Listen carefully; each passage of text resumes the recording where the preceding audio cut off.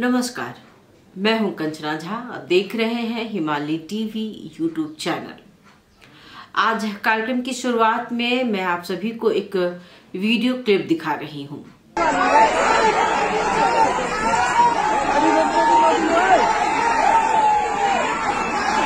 आभारी छु। मैले अरू भन्नुपर्ने कुरा केही पनि छैन। भन्नुपर्ने बेला आउँदाखेरि म भनिहाल्छु। अहिले म न्यायालयप्रति आभार व्यक्त गर्न चाहन्छु र जति पनि देश विदेशबाट मेरो न्यायको लागि आवाज उठाउने सम्पूर्णलाई धेरै धेरै धन्यवाद दिन चाहन्छु। मेरो भन्ने दिनुहोस्। धन्यवाद।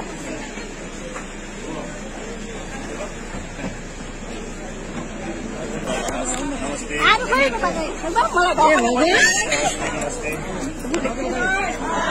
रवि दाई रवि दाई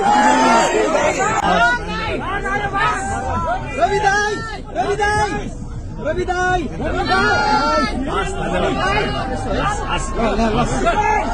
नमस्ते चितवन।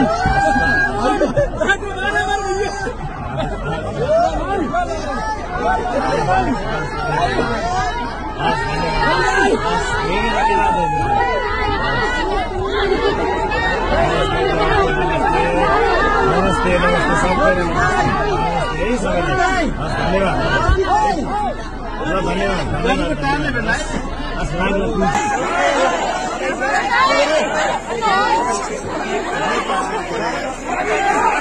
वीडियो क्लिप में आप सभी देख रहे हैं कि पूर्व गृह मंत्री रवि लामी छाने हैं। लामी छाने बैंक गारंटी द्वारा जमानत देकर रिहा हुए हैं। पिछले कुछ समय की अगर बात करें तो वो बहुत ही परेशानी के दिन थे उनके लिए। आज अपनी इस केस के रिहाई के बाद जब वो बाहर निकले तो उनके चाहने वालों की भीड़ आप स्क्रीन पर देख रहे हैं। वो काफी खुश दिखाई दे रहे हैं। फिलहाल इस केस से वो रिहा हो गए हैं। हालांकि इसके लिए उन्हें बहुत बड़ी कीमत चुकानी पड़ रही है। रूपंदेही जिला अदालत ने उन्हें 1 करोड़ रुपए जमानत के तौर पर जमा करने को कहा है। तारीख देने के बाद उन्हें रिहा कर दिया गया है। वो स्वयं भी बहुत प्रफुल्लित नजर आ रहे हैं। उन्होंने अदालत के प्रति अपना आभार व्यक्त करते हुए कहा कि मैं न्यायालय के प्रति बहुत आभार व्यक्त करता हूं। मुझे न्यायालय पर पूरा विश्वास है। साथ ही मैं देश विदेश से मेरे जो शुभचिंतक हैं, जिन्होंने मेरे लिए प्रार्थनाएं की हैं, मेरा साथ दिया है, इस मेरे कठिन समय में वो मेरे साथ खड़े रहे हैं, मेरे बाहर आने को लेकर मेरी वकालत की है, उन चाहने वालों को मैं बहुत आभार व्यक्त करता हूं। मैं उनके प्रति बहुत आभारी हूं। आप देख रहे होंगे स्क्रीन पर कि उनके चाहने वालों की भीड़ लगी हुई है। सब उन्हें देखना और सुनना चाहते हैं। इस वीडियो में आप देख रहे हैं कि किस तरह लोग उन्हें बधाई दे रहे हैं, उन्हें छूना चाह रहे हैं। लामी छाने भी बिना किसी डर और त्रास के सभी के साथ हाथ मिला रहे हैं, बातें कर रहे हैं, धन्यवाद दे रहे हैं। हर कोई अपने नेता के प्रति बहुत सम्मान का भाव रखते हैं। अभी वो कुछ रिलैक्स मूड में होंगे कि कम से कम वो इस केस से जमानत देकर रिहा तो हुए। आम जनता की जो प्रवृत्ति है वही यहाँ दिख रही है। सभी अपनी खुशी को व्यक्त कर रहे हैं। आम जनता का अपने प्रति स्नेह को देखकर कौन ऐसा होगा जो खुश नहीं होगा। इतने मुद्दों को एक साथ रवि लड़ रहे थे। वो इस केस से बाहर तो आ गए हैं, लेकिन कितने दिन के लिए ये कोई नहीं जानता है, क्योंकि उनके रिहा होने के साथ ही बहुत से सवाल भी शुरू हो गए हैं। सबसे पहला प्रश्न यह है कि इतनी बड़ी रकम वो कहां से ला रहे हैं।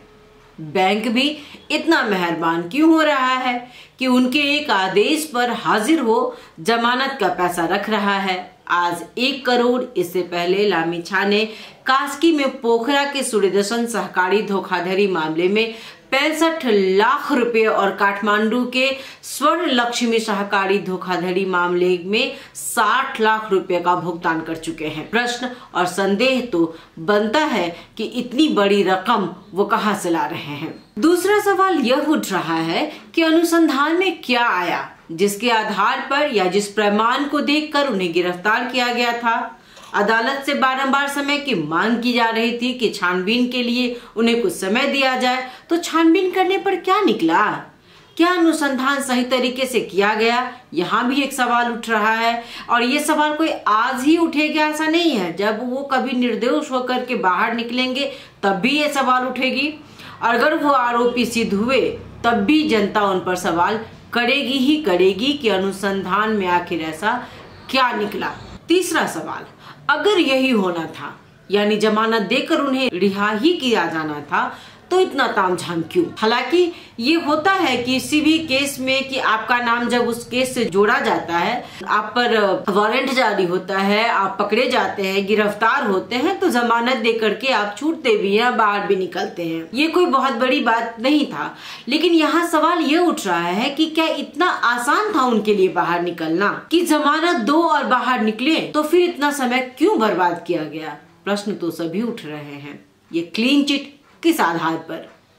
एक बार फिर जनता का सवाल कि कहीं सरकार और रवि के बीच में कुछ मिलीभगत तो नहीं हो रही है। ये प्रश्न उनके विरोधियों के मन में भी आ रहे हैं। अचानक से सभी मामले में उन्हें जमानत देकर रिहाई मिल रही है, कुछ न कुछ खिचड़ी तो पक रही है। क्योंकि जिस तरह से उन्हें हर केस में जमानत पर रिहाई मिल रही है, ये इतना आसान नहीं दिख रहा था जितनी आसानी से ये सब कुछ हो रहा है।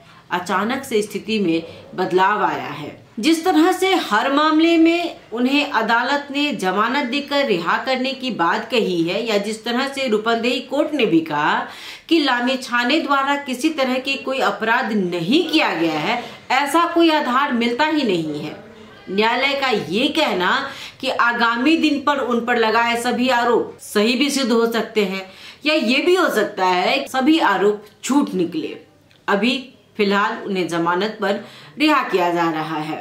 उन्हें कास्की, काठमांडू और रूपंदेही से जमानत पर रिहा कर दिया गया है, जबकि चितवन और परसा का फैसला आना अभी बाकी ही है। रवि को लेकर आम जनता से लेकर नेता तक अपने विचार को लिख रहे हैं।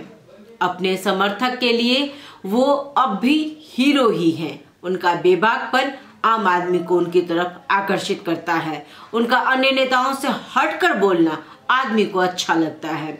उनके समर्थक, उनके प्रशंसक उन्हें फिर से टीवी स्क्रीन पर देखना चाहते हैं। वो चाहते हैं कि जिस रवि लामे छाने को उन्होंने स्क्रीन पर भ्रष्टाचार के खिलाफ बोलते देखा है, वो स्वयं ऐसा कैसे कर सकता है। उनके विचार में बहुत सी बातें आ रही हैं। हालांकि ये उनके प्रशंसकों की बात है कि उनके प्रशंसक अब भी उनके बहुत बड़े प्रशंसक हैं और अब भी किसी भी हालत में वो रवि लामे छाने को उनकी जगह पर देखना चाहते हैं। ये रही उनके प्रशंसकों की बात। लेकिन यहाँ बहुत से ऐसे लोग हैं जो उनके खिलाफ भी लिख और बोल रहे हैं। बातें यहाँ तक हैं कि कुछ लोग लिख तो रहे हैं लेकिन नाम नहीं ले रहे हैं, मगर उन्हें जोड़ा जा रहा है। उन्होंने रवि लामे छाने के लिए ही लिखी हैं ये बातें। जैसे कि धरान उप महानगर पालिका के प्रमुख हर्क सम्पान की हम बात कर सकते हैं। उन्होंने अपने फेसबुक स्टेटस में लिखा कि बिना दूरदृष्टि वाला व्यक्ति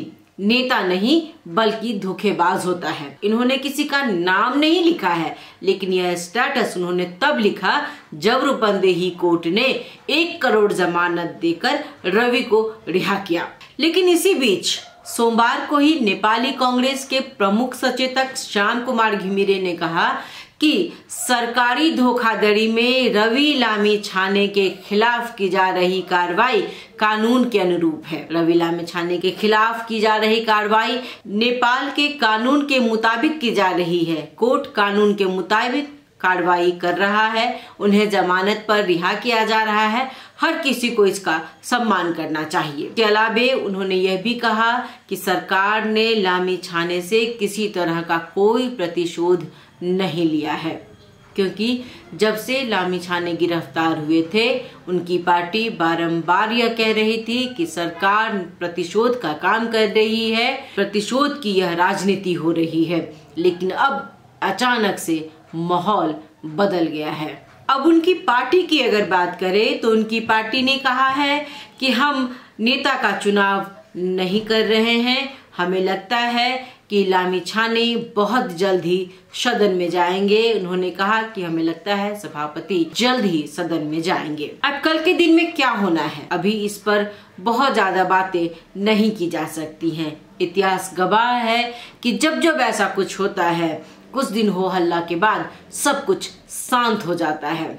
राजनीतिक प्रतिशोध की बात तो नहीं कही जा सकती है, क्योंकि जब जब किसी पर आरोप लगा है कुछ दिनों तक लोगों में जिज्ञासा बनी रहती है। मैं आम लोगों की बात कर रही हूँ कि आम लोगों में जिज्ञासा बनी रहती है कि न जाने क्या होगा। उसके कुछ दिनों के बाद लोग अपने अपने काम में मसरूफ हो जाते हैं, वो अपना काम देखे या इनमें उलझे। सो आम नागरिक इससे कोई मतलब नहीं रखते हैं। और अब तो लोग जान ही गए हैं कि आखिर में क्लीन चिट तो मिलना ही मिलना है। इन बातों के तहत तक कोई नहीं जाता है। पहले भी यही होता आया है, आज भी यही हुआ है, कल का पता नहीं क्या होगा, ये देखना अभी बाकी है। आपको यह मेरी बातें कैसी लगी? हमें अपने सुझाव सलाह अवश्य दें। मैं आपके सुझाव और सलाह का इंतजार करती रहती हूँ। अगर यह कार्यक्रम आपको अच्छा लगा तो आप हमारे चैनल को सब्सक्राइब जरूर कर दें।